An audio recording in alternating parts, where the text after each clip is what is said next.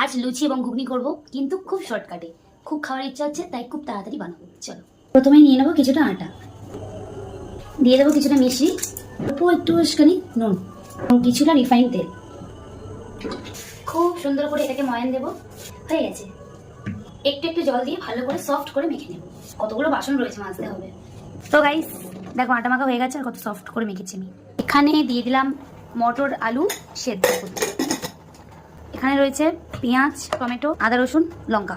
যেই দিন আমার খুব তাড়া থাকে রান্নাবান্না, সেদিন আমি সব মশলা এক জায়গায় পেস্ট করে নিয়ে কষিয়ে জল ঢেলে দিয়ে ফুটিয়ে দিই। যে কোনো তরকারি টেস্টও হয়, সময়ও বাঁচে, গ্যাসও বাঁচে।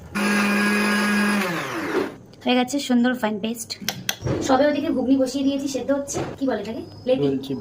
বেলছি নাকি বেলছি? লেতি না লেচি বলে, আমি জানি না। লেচি। ওই লুচির যে গোল আটাগুলো আমি গোল গোল করে নিচ্ছি। ভাবছি আগে লুচিটাই করে নিই, একটু খেতে খেতে ঘুগনিটাও করবো। বাহ, খুব সুন্দর হয়েছে। বেলা অলমোস্ট হয়ে গেছে, আর কয়েকটা আছে। যখন প্রথম প্রথম একদম গোল হতো তখন খুব মজা হতো যে আমার গোল হয়েছে।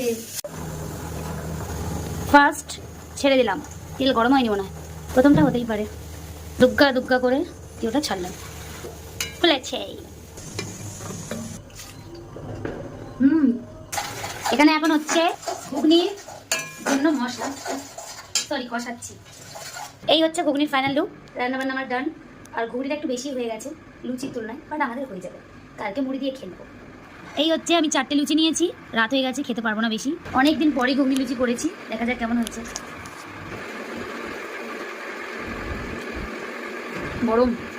নিজের রান্না নিজে কি প্রশংসা করবো। ভালো হয়েছে, খুব ভালো হয়েছে। এই যে লুচিগুলো তোমরা দেখছো, দেখে কি মনে হচ্ছে? এগুলো কিন্তু আটার, খেতে একই লাগে, আর আমরা ময়দাটা অ্যাভয়েড করি, কম খাই। চলো টাটা।